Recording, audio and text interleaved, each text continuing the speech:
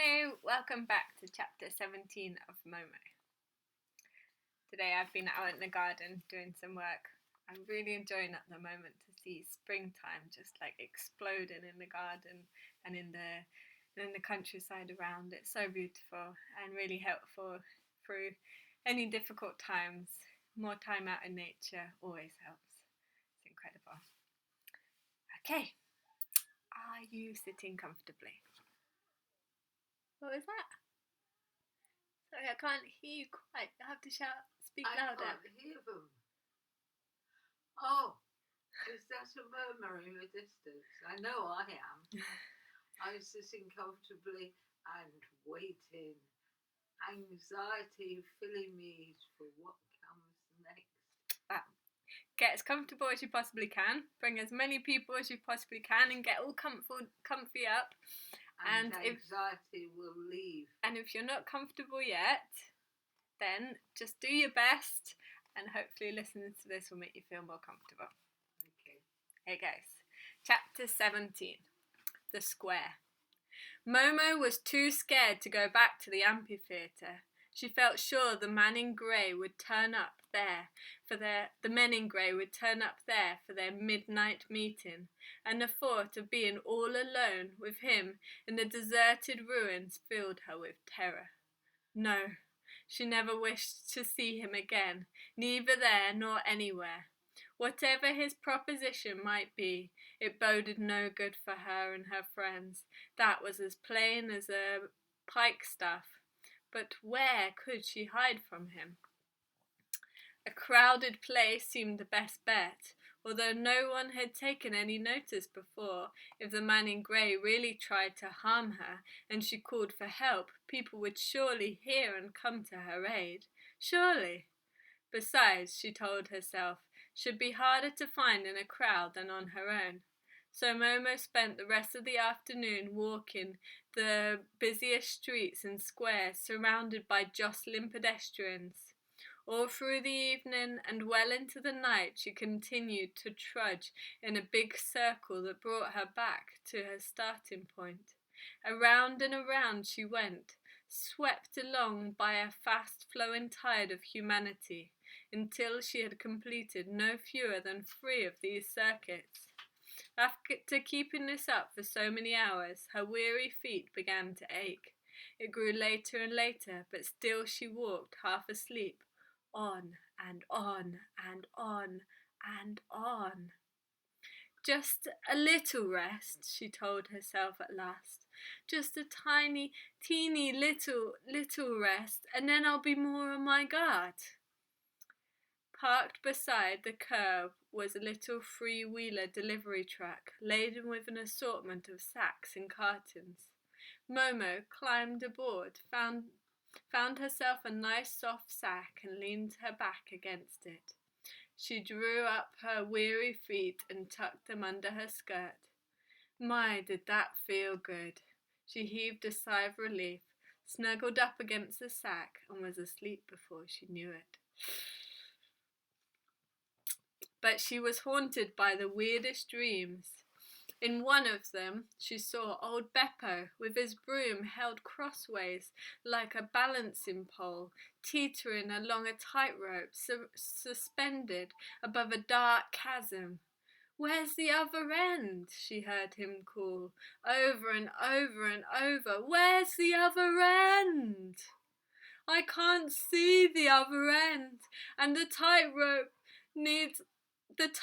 did indeed seem infinitely long, so long that it stretched away into the darkness in both directions. Momo yearned to help the old man, but she couldn't even attract his attention. He was too high up and far too far away. Then she saw Guido pulling a paper streamer out of his mouth. He pulled and pulled, but the streamer was endless and unbreakable. In fact, he was already standing on a big mound of paper. It seemed to Momo that he was gazing at her imploringly, as if he would suffocate unless she came to his rescue. She tried to run to him, but her feet became entangled in the coils of paper, and the more she struggled to free herself, the more entangled she became. And then she saw the children. They were all as flat as playing cards, and each card had a pattern of little holes punched in it. Every time the card was shuffled, they had to sort themselves out and be punched with a new pattern of holes. The card children were crying bitterly, but all Momo could hear was a sort of clattering sound as they all shuffled yet again and fluttering down on top of each other. "Stop! Stop!" she shouted, but her feeble voice was drowned by the clatter, which grew louder and louder until finally it woke her up. It was dark, and for a moment she couldn't think where she was. Then she remembered climbing aboard the delivery truck and realized that it was on the move. That was what had woken her, the sound of the engine. Momo wiped her cheeks, which were still wet with tears, and wondered where she could be. The truck had evidently been on the move for some time because it was in a different part of the city. At this late hour, not a soul could be seen in the streets. Not a light showed anywhere in the tall buildings that flanked them. The truck was going quite slowly, and Momo, without stopping to think, jumped out. She began walking in the opposite direction, eager to get back to the crowded streets that seemed to offer protection from the man in grey. Then, remembering her nightmare, she came to a halt. The sound of the engine gradually faded until silence enveloped the darkened street. She would stop running away, Momo decided. She had done so in the hope of saving herself. All this time she had been preoccupied with herself, her own loneliness and fear, when it was really her friends who were in trouble. If anyone could save them, she could. Remote as the chances of persuading the men in grey to release them might be, she must at least try. Once she reached this conclusion, she felt a mysterious change come over her. Her feelings of fear and helplessness reached such a pitch that they were suddenly transformed into their opposites. Having overcome them, she felt courageous and self-confident enough to tackle any power on earth. More precisely, she had ceased to worry about herself. Now she wanted to meet the man in grey, wanted it all at all costs. I must go to the amphitheatre at once, she told herself. Perhaps it still isn't too late. Perhaps he'll be waiting for me. That, however, was easier said than done. She didn't know where she was and hadn't the least idea which direction to take, but she started walking anyway. On and on she walked through the dark, silent streets. Being barefoot, she couldn't even hear her own footsteps. Every time she turned a corner, she hoped to see something that would tell her she was on the right track, some landmark she recognized, but she never did. She couldn't ask the way either, because the only living creature she saw was a grimy, emancipated dog that was foraging for scraps in the rubbish heap and fled in panic at her approach.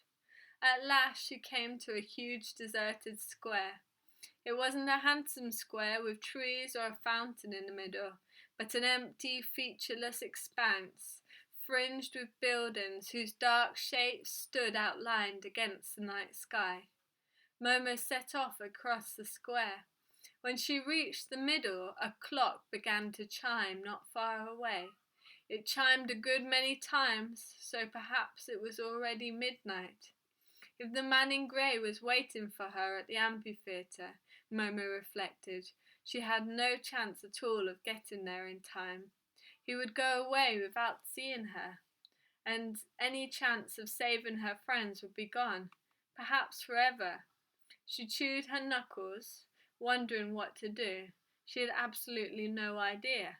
"Where am I?" she called in the darkness, as loud as she could. She had no real hope that the man in grey would hear her, but she was wrong. Scarcely had the last chime died away when lights appeared in all the streets that led to the big empty square.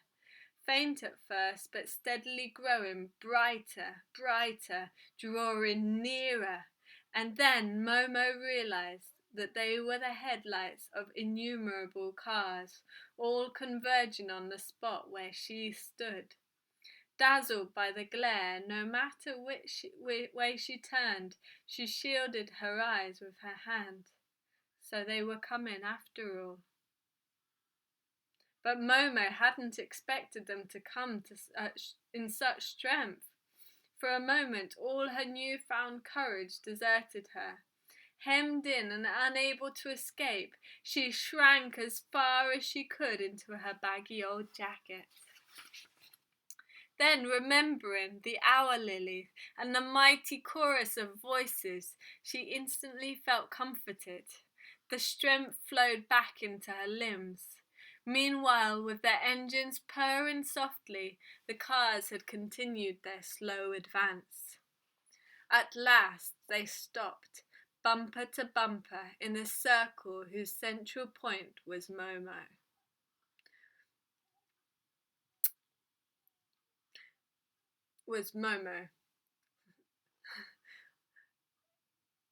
Herself.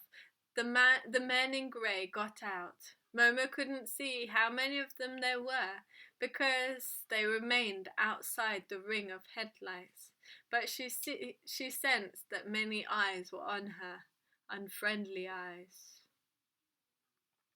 And a shiver ran down her spine. No one spoke for a while, neither Momo nor any of the men in grey. Then a flat, expressionless voice broke the silence. "I see," it said. "So this is Momo, the girl who thought she could defy us. Just look at her now, the miserable creature." These words were followed by a dry, rattling sound that vaguely resembled a chorus of mocking laughter. "Careful," hissed another voice. "You know how dangerous she can be. It's no use trying to deceive her." Momo pricked up her ears at this.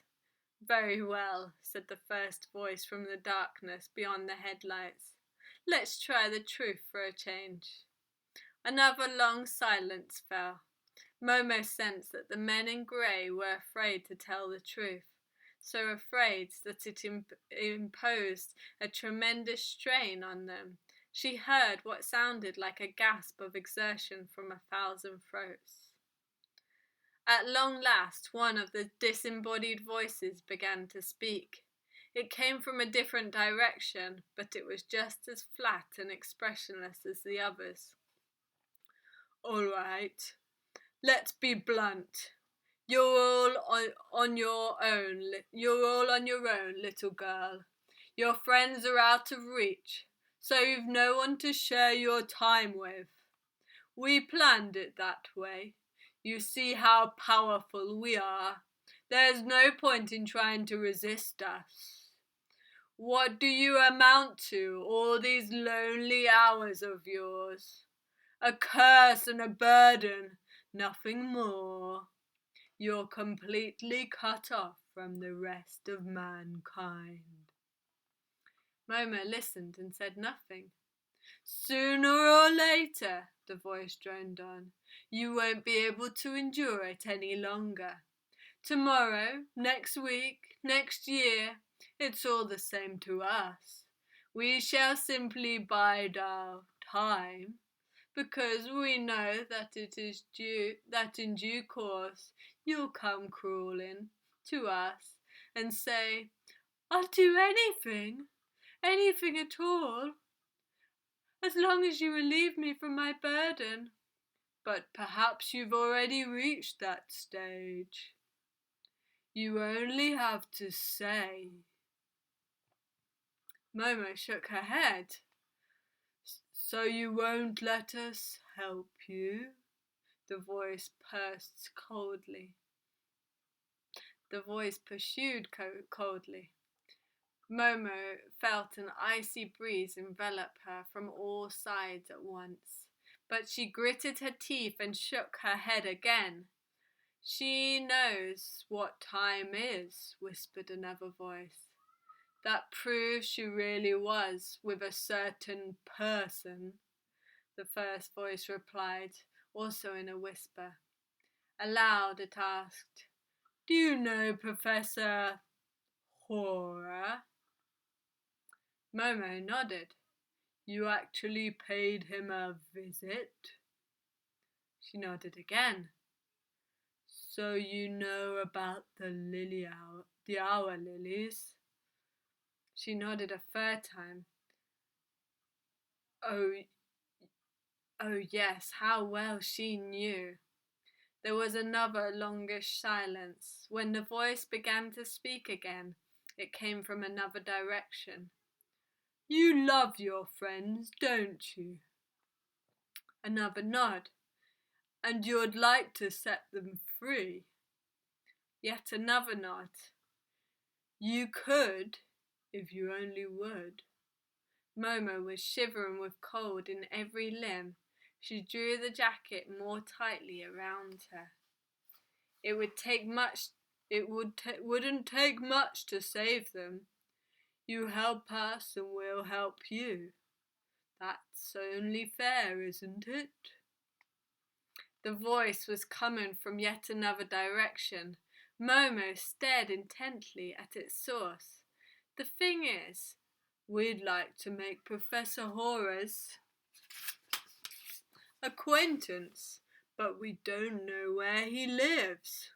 All we want is for you to show us the way." "That's right. Momo, listen carefully so you know we're being honest with you and mean what we say. In return, we'll give you back your friends and let you all lead a carefree, happy-go-lucky life you used to enjoy so much. If that isn't a worthwhile offer, what is?" Momo opened her mouth for the first time. It was quite an effort to speak at all. Her lips were numb. "What do you want with Professor Horror?" she asked. "I told you, we want to make his acquaintance," said the voice sharply, and the air grew even colder. "That's all you need to know." Momo said nothing, just waited. "I don't understand you," said the voice. "Think of yourself and your friends. Why worry about Professor Horror? He's old enough to look after himself. Besides, if he's sensible and cooperates nicely, we won't harm a hair on his head. If not, we have ways of making him." Momo's lips were blue with cold. "Making him do what?" she asked.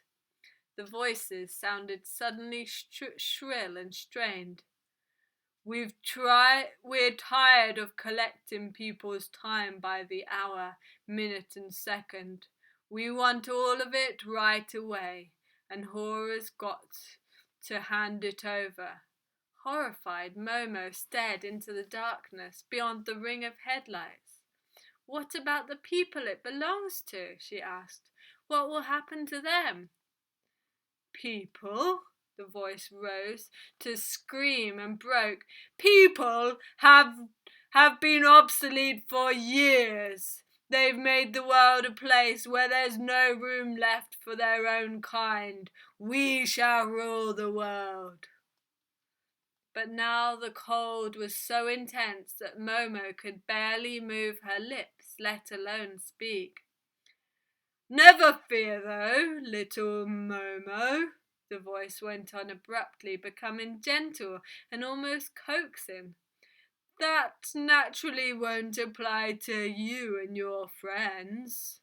You'll be the last and only people on earth to play games and tell stories, as long as you stop meddling in our business. We'll leave you in peace. Is that a deal?" The voice fell silent. A moment later, it took up the thread from a different quarter. You know we've told you the truth. We'll keep our promise. You can rely on that. And now, take us to Professor Horror. Momo tried to speak, almost faintly with cold. Finally, after several attempts, she said, Even if I could, I wouldn't. What do you mean, if you could? The voice said menacingly. Of course you can. You paid him a visit, so you must know the way. I'd never find it again, Momo whispered. I've tried. Only Cassiopeia knows it. Who's Cassiopeia? Professor Horror's tortoise. Where is she now? Momo, barely conscious, murmured, She came back with me, but I lost her. As if from a long way off, a chorus of agitated voices came to her ears. Issue a general alert, she heard. We've got to find the tortoise. Get every tortoise you come across. That animal's got to be found at all costs. The voices died away. Silence fell. Momo slowly regained her senses. She was standing by herself in the middle of a square. Nothing was stirring but a chill gust of wind that seemed to issue from a great empty void, a wind of grey ashes. Dun dun dun! That's the end of chapter 17. I hope you enjoyed joining me for chapter 18. Tell all your friends to come along and listen to this story because I think this book is so great and it's got so many good messages in. Take care, stay connected, and get out into the garden if you can, or into nature if you've not got a garden.